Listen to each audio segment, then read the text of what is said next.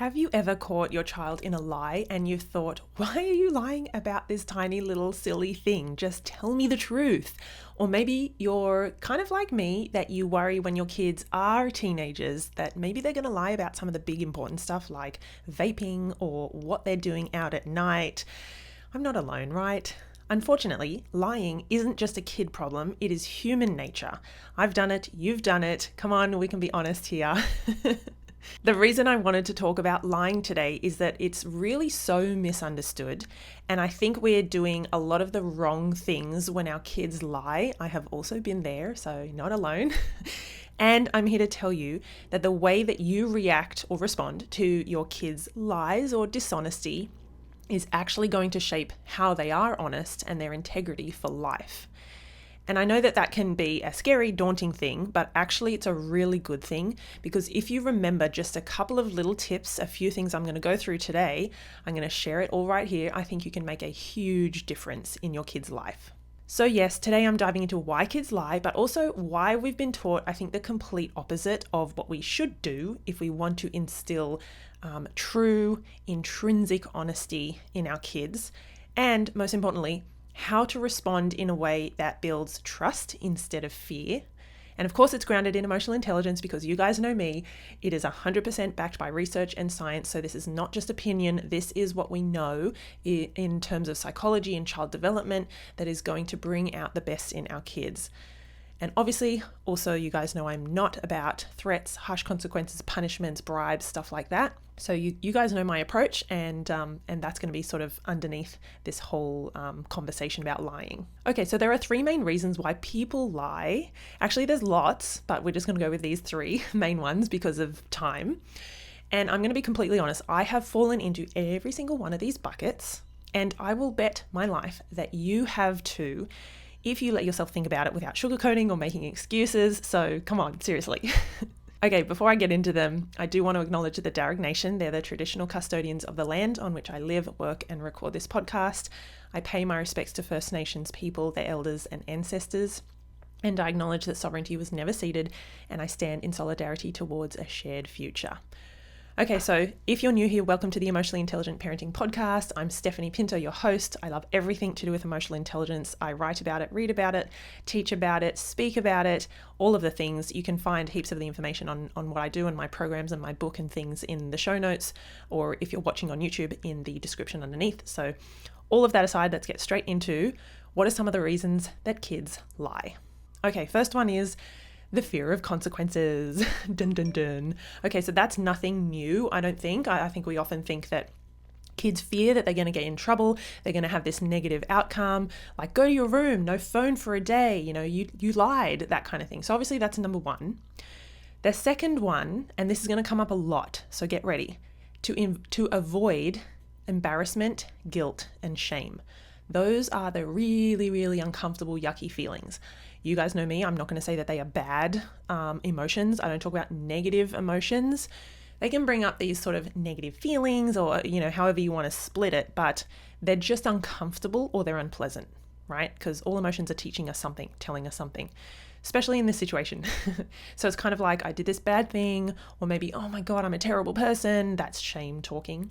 So that's another reason to avoid those really uncomfortable feelings: embarrassment, shame, guilt. Third one is that they can be this like fear of disappointing or letting someone down. It's also like it's a risk to the relationship. If I tell you what I did, or if I tell you that I didn't do that thing I did, oh my God, like what a risk. What will you think of me? You'll be so disappointed. Like that, to be honest, for me, especially as a kid, intolerable. Like I literally know I would have lied straight to your face.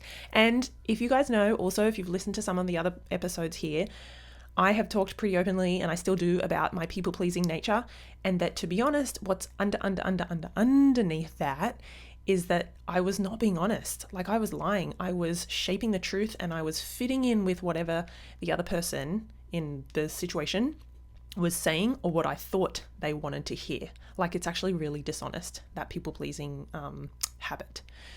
So you can imagine something like, I fear that you're going to break up with me because I have done the wrong thing or not done something.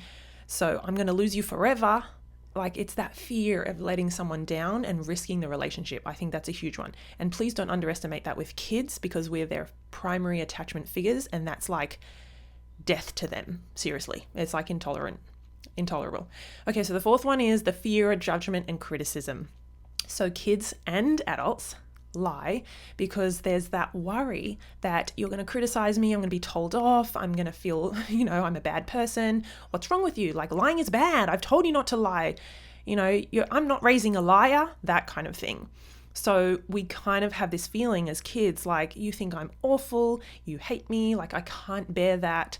So criticism can be, especially from the people we love. Like, think about it. If you have a partner, if you have that fear that you have said something or you have let them down, like that fear that they will think less of you. Oh my God, like no one likes that, right?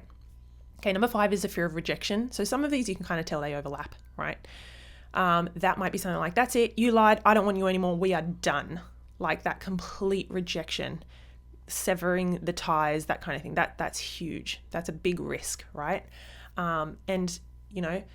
We make mistakes, and especially as kids, they make mistakes, but to have that fear that they're going to be rejected by the people closest to them, that's really, really hard. And I think not fair for us to expect them to just risk that all and be totally honest. And then like, come what may, like, no, kids are going to protect themselves, right? And we're going to talk about protection and how protective lying is. And obviously then what to do about it. Like, we don't just go, oh, that's fine, you can lie. There's no consequence to our relationship or trust. No. Okay, so number 6, let's get back on track. Number 6 is the fear of conflict.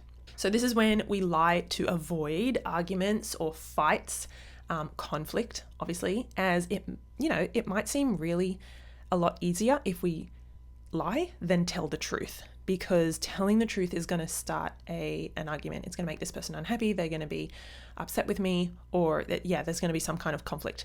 Again, I will say this is was a huge one for me, much better now because obviously I've grown and I'm an adult, but still, I think all of us, if we're deeply honest, have these moments where we think, oh, we could tell a white lie because it will avoid XYZ, right? So I just want to kind of make clear, I know I'm like setting the groundwork a lot, but lying is a defense mechanism because it protects ourselves from basically feeling bad. If we just like do a blanket, it's protecting ourselves from feeling bad, okay? So, and I find these couple of extra things really interesting. First one is this is another kind of reason why people can lie, especially kids, the desire for approval or acceptance. So again, I definitely had this one. I wonder if you did too. Kids and adults may lie to make themselves appear more impressive, more interesting, or maybe more successful to others. Maybe you actually know some adults in your life who are like this. This is especially common though in kids who want to fit in with their peers and get their approval. And we know, especially in the teenage years, that is so heavy. That is like front and center, like everything else, academic or whatever, falls by the wayside. It's like, do I fit in? Am I wearing the right thing? Am I saying the right things? Everything. So don't underestimate how important that one is. Second one is because of social expectations. Again, kind of overlap, but lying is also something we do to meet social expectations. Like if we pretend, I've done this, like if we pretend to know something in a conversation that someone's talking about when really we have no idea, like they've used this jargon and we're like, what is that word? And we just think, I don't know if you've done it. And I just think, okay, I'll figure it out from what they keep on talking about. Like it doesn't really matter. And then sometimes it comes up later and you're like, no, yeah, I really had no idea. Like, what are you talking about? So sometimes lying or omitting the truth, to meet social expectations is a big one. It basically helps us to avoid feeling inadequate, dumb, stupid, not as smart as everyone else, Anyway, so that again, that was me definitely as a kid. So last thing I want to say is for kids younger than 7, so there's a lot of research, and if you have heard of or maybe go and look up Dr. Joe Dispenza, Joe, Dispenza, Dispenza. He's a neuroscientist and he's done lots of work around the concept of, obviously it's brain development and brain waves and what that means for kids and their cognition and things like that. But up to the age of 7, the lines between reality and fantasy are really blurred. Seriously, Please don't underestimate this. Younger kids will often make up stories as part of their imagination and their imaginative development. It is often mistaken for dishonesty, and it can really look like they're just lying and making stuff up. But look up Joe Dispenza, look up theta to alpha and beta brainwaves. When they're in theta, let me just pull this up because I was like rechecking this stuff last night and just refreshing my brain. Kids up to age 7, so 0 to 7, are typically in theta brainwaves, meaning their waves, the theta waves dominate their early years of their life, especially in newborns and infants. But during this time, kids are highly impressionable and absorb information in their environment easily. That's why we call them sponges. But also the theta brainwave state is linked with creativity, imagination, emotional processing. So this is why early childhood experiences like bonding and play and learning and things like that are really significant for shaping the brain. But we have to also honor that that means our kids are really in this, like, he actually calls it this awake dreamlike state. Awake dreamlike state. So it's almost like they're dreaming with their eyes open, he says. It's really, really fascinating. Anyway, I'm going to leave that there, but you can look it up more if you're interested. Maybe the biggest one, like the takeaway from this whole list, is just that kids lie for fear of disappointing you. This is huge. Kids look up to you. Your kids love you and adore you. The thought of them letting you down is scarier than lying. The shame, the embarrassment is all too uncomfortable. Okay, so please let this be your lens when your child or your teen is not honest. If they are 4, if they are 14, if they are 24, even if it's your partner or your in-laws or something, like, just know these are the reasons why people lie, okay? It is not, most of the time, I want to say 99% of the time, it is not bad, manipulative, like they're out to get you. It's they're covering and protecting the feelings themselves. Okay, let's move on. Here is what not to do. I have 6 things. Not an exhaustive list. I don't want to make it all like doom and gloom, but these are some of the things that I think we've been maybe taught to do, or maybe we experienced as a child. That's a better way to explain it, that really are unhelpful and actually sometimes push our kids the other way to be more dishonest. It's wild when we think about it. Like, the psychology is like, oh my God, that makes sense. If I do this, then my kid is never going to want to be honest with me. Okay, so the first one is, number 1 is lecturing. Going on and on and on about lying and how it breaks trust and how it's really bad. Like, we're just shaming kids. We're putting them down. We get our kids to shut down and they're like, I am never telling you the truth again because this is such a awful, stressful situation that I hate. So punishing is the second one. If we use harsh consequences, this definitely pulls our kids into this space of fear. And to be honest, sometimes they lie more to avoid that punishment. It's like kid logic. Okay, third one is overreacting. If we overreact, yes, sometimes I get that we do that because it's such a big, scary or dangerous thing, but a big emotional reaction can escalate the situation. It makes our child feel even more defensive and more alone and like, oh my God, I've done the wrong thing. Never ever, like, get yourself into this situation again. Labeling, lying, and like labeling your child as a liar. I want to say, like, with love, it's a big no-no. Because when we call our child a liar, even though we're kind of talking about the behavior, like you shouldn't do that, that really pulls intrinsically on a child that they are bad. It's kind of that shame spiral they can fall into. Next one is demanding immediate honesty. Like, you're just pushing your child into fight or flight, and that's when they shut down, right? If you pressure them for an immediate confession, they're gonna go into panic, right? Because they can already obviously see your energy, your tone of voice, your facial expression. You're probably quite, upset, understandably, at whatever the thing is. Especially if, like, they've hurt a sibling and lied about it. Like, sometimes we're just like, you must never do that. Like, I'm not raising a kid who's violent. Like, so anyway, you can kind of see where it comes from. The last one is comparing to another kid or another sibling or something like that, like comparing your child who's lied, Sandy would never do this, or why aren't you more like your brother? I get it. That really, though, just creates these feelings of like they're inadequate. It actually doesn't teach the positive behavior. It doesn't make them being honest and opening up and being vulnerable safe. So And no one likes being compared to someone else, because usually it's comparing in like a bad way. Okay. I want to revisit, before we just get into like what to do, I kind of want to revisit the fear of disappointment and the vulnerability and the guilt and the shame that comes up. I think as adults, we're pretty good at like boxing this and containing it, and maybe sometimes even rationalizing things in our brain. Like it'll hurt her feelings if I tell her that her fringe looks terrible. So I will just say it looks amazing. I don't know. Sometimes we can rationalize things, but I think our kids just do not have the cognitive capacity, and they, like we've talked about, they go into these kind of fear and shame spirals. So I can't stress this point enough, that it's the emotions under the behavior that count. And it's the emotions under the behavior that drive the lying. Okay? Imagine being a kid and your parent asking, who drew this picture? Or who took my glasses? Or did you eat the sandwich? Or maybe did you take the money? If there was no sense of fear, and it was okay to draw that picture, it was okay to take the glasses, and it was okay to eat the sandwich, it was there to be eaten. You know what I'm saying? If there was no fear, you'd be like me. I did. Yep, you don't know straight away, because there's no risk, there's no fear. But imagine those exact same questions coming from a parent who was visibly upset or angry, and the energy that went with that, and maybe you knew you shouldn't have done those things. Like, who drew this picture? Who took my glasses? Did you eat this sandwich? Like, just that, you can feel the difference of the tone, right? So what I'm trying to get across here is, you would own up if there was no fear and if it was safe, because we tell the truth when we feel safe. We're vulnerable. We can feel vulnerable if it's safe to do so.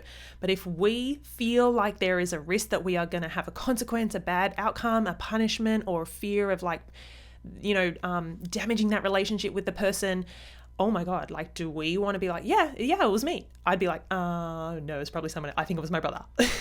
Like, immediately I would go into like panic. Okay. So we tell the truth when it's safe. Our kids tell the truth when it's safe. When it feels not safe, then we're a little bit like, and obviously as kids, they don't have that kind of cognitive capacity and development to go, if I tell a lie, mum and dad, pretty smart, they'll probably work it out because they did last time, but no, they just go into lying mode. So kids and adults lie to avoid feeling this vulnerability. I don't think anyone likes vulnerability at all.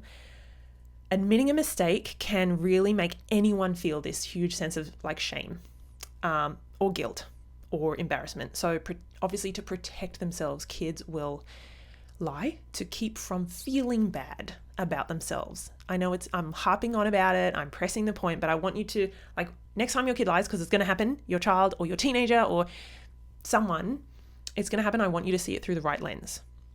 So honestly, that fear of like disappointing a loved one is intense.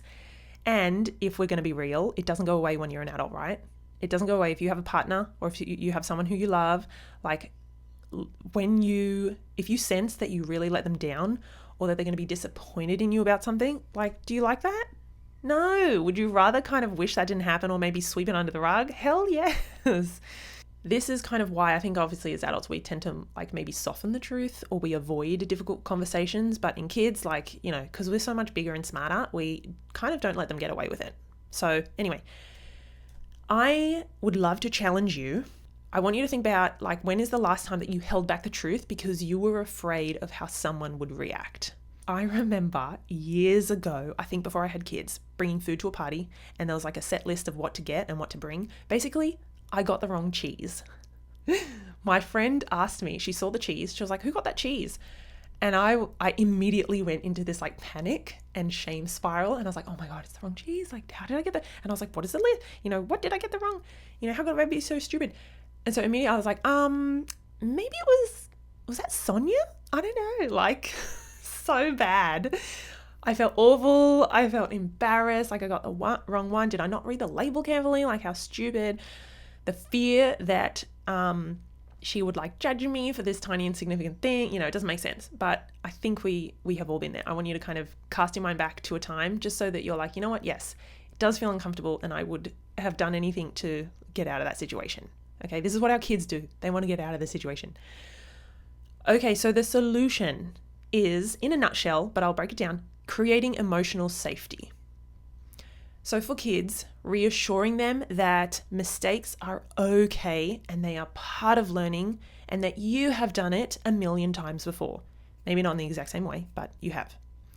And obviously for adults, then can we practice this honesty in a way that feels safe and constructive as well?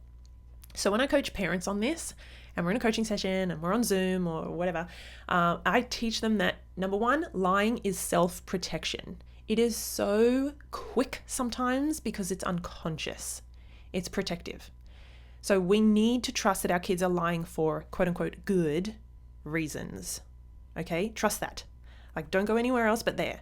They're lying for what they feel are good reasons. They don't want to risk the relationship with you. No one likes to feel vulnerable, criticized, blah, blah, blah, blah, blah. Okay? We need to handle it totally differently to perhaps how our parents handled it many years ago. More to come on that. Okay, so let's go through. I have 7 tips for you on how to respond with emotional intelligence when or you guess that your child or your teen is lying to you. Number 1, hot off the press, this is probably a no-brainer because you guys know me and I'm all about emotions. Manage your own emotions first. Ooh, not easy sometimes when it's a big thing. Imagine your kids are arguing and one of them has this giant red mark across their face and you're like, holy, you have obviously just slapped or hit with a toy or something. Sometimes I know we are absolutely boiling, but kids will pick up on our reactions in a split second. Staying calm with them makes them way more likely to be honest because they feel like it's safe. Relational safety equals connection, equals openness, equals vulnerability. Maybe I should say that again because that was a lot. Relational safety equals connection. So when they feel safe in their relationship with you, that breeds that connection. I'm connected with you. I want to hear what happened. It's okay. It breeds that openness. You can be open. I want to hear all about it. And that brings vulnerability. Yeah, I did that. Yeah, I hit her. I got so mad and I pushed her, or whatever that is. I took it. Okay, so managing your own emotions is huge. If you can nail that, then yay, the rest will probably flow. But yeah, that is a hard one, let me tell you. Okay, so second one is honor their developmental stage, because lying is not about manipulation. We've kind of gone through that. It's a learning process. It's actually a really interesting cognitive process when kids start to learn that they can hold within them something like an idea that you don't know about. They can hold a lie or a truth that you don't know. It's called theory of mind, understanding that people, now I realize people have different thoughts, feelings, and emotions to me. I thought we all thought the same, which is what babies and toddlers do. And then they realize there's this separateness. Anyway, so that's number 2. Third one is validate their feelings. I know it sounds really, really simple, but that could be as simple as saying something like, you know what, I can see you're really nervous to tell me. Or, you know what, this is a hard situation. Or, I know you're really upset. I think I would be too. Okay, so validate their feelings. 4 is encourage open conversations. Make honesty safe, not scary. You could start by saying, you know what, I remember doing something just like this when I was your age. Here's the clincher though. Don't lie here and make it up. Because that's ironic. That defeats the purpose. You want to be honest. If you never, took your sister's iPad and then hid it for a week and said the dog had it, I don't know, if you didn't do something specific, don't obviously say that you did, but you can be general and say, I remember when I didn't tell the truth, or I remember when I hurt my sister, or I remember when I did something and then your gran was, talking to me about it and I had to have a conversation. You can generally encourage those open conversations by saying that you have done something similar, because 1000% you have as a kid. Okay, so number 5 is modeling honesty yourself. because this shows our kids really that as an adult, you make mistakes and you take responsibility. Again, some of us did not have that as a kid. Some of us had parents who would sweep things under the rug, who would lie when they did things. They would lie about it and they were dishonest. We've all got different experiences as kids, right? But I think it's important to maybe shift some of those blueprints and like rewrite those stories so that if we stuff up, or if I raise my voice, or if I get snappy with my kids, I'm like, guys, that was on me. Like, you didn't deserve that, I'm sorry. It takes 2 seconds. That's actually really powerful. So I actually remember a time when I had sneakily put some of the kids, like thousands of pictures and craft and drawings from the last 5 years, into the recycling bin. And then I can't remember which one of the kids found it when they put something in the bin. And they were like, what is all my craft and drawings in there? And I was like, oh God. And so I had to basically suck it up and be like, I put them in there. I'm sorry. We have so much, and I thought it would be okay to put some in the bin. I should have asked you first. So does anyone else have like 1,000 pictures and drawings and craft stuff from school? I don't know. We do. Anyway. Okay, number 6. Almost done. Do problem solving, not punishing. I really like this one. Maybe this, if you take away nothing else but this as well, apart from the fact that lying is protective. Do problem solving, not punishing. Ask your kids something like, how can we fix this together? She took your iPad and you got mad and put her hairbrush in the toilet. What can we do to make it right? Like, we can kind of script out and help. It's almost like leading the witness. Lead them to realize, I did that thing. I shouldn't have. I get why you did it. Now we got to fix it. Basically, we did this thing. How can we fix it? It might be, what can you do next time you're starving and you really want to eat some chocolate? Or, okay, we need some ideas for next time that you find the assignment really hard and you don't want to do it. We need some ideas.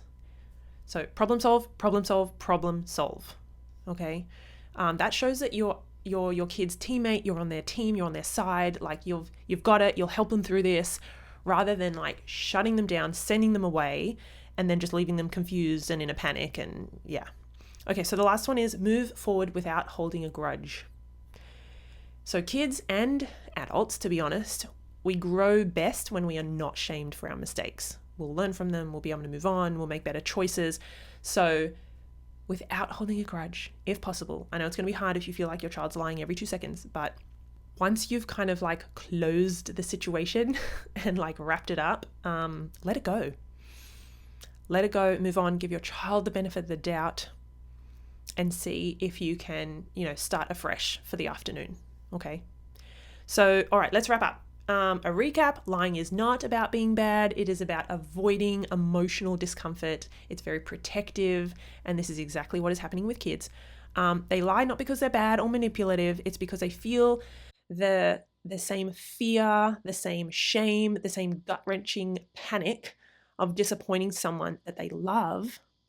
And the way that you respond in those moments is going to seriously shape whether they feel safe telling the truth in future. Just remember, your child will 100% do something really wrong, perhaps as a teenager or even later as an adult. It is inevitable. And you want to be the tellable parent. You want to be that parent that they run to and they're like, oh my God, I did this, like we were all doing it and everyone said it would be fine. I've got to call mom or I've got to call dad. They will help me. Okay? That's who you want to be. And you got to do the groundwork for it now. Okay, so I would love to hear your thoughts about this, because I know I harped on about it, but like if it resonated with you, if it meant something to you, if you kind of got a good little golden nugget out of it, I would love to hear that. I would also actually really love if you can just share this podcast maybe with a parent that you know, just like link it to them or screenshot it, or you could share it on your socials. And obviously you can subscribe, you can leave a review. That would be awesome too. It does help it grow and reach more parents. And I'm probably biased, but I think this stuff is really, really meaningful. I think we're actually slowly, bit by bit, changing the landscape of what it looks like in the future with adults who are, running countries or running hospitals or, all these people who are, the kids are going to be our leaders. They're the next generation's leaders and change makers. And I think emotional intelligence will do wonders. I think it's really important. So thank you for being here. If you guys are interested in if you want to take this, further, if you're interested in any courses, go to stephaniepinto.com/courses. I've got a bunch of courses on there, and they're small little bite-sized videos they're all different topics of emotional intelligence and parenting and things. So yeah, that's my last little invitation. Thank you for being here, and I'll see you guys next week for another episode.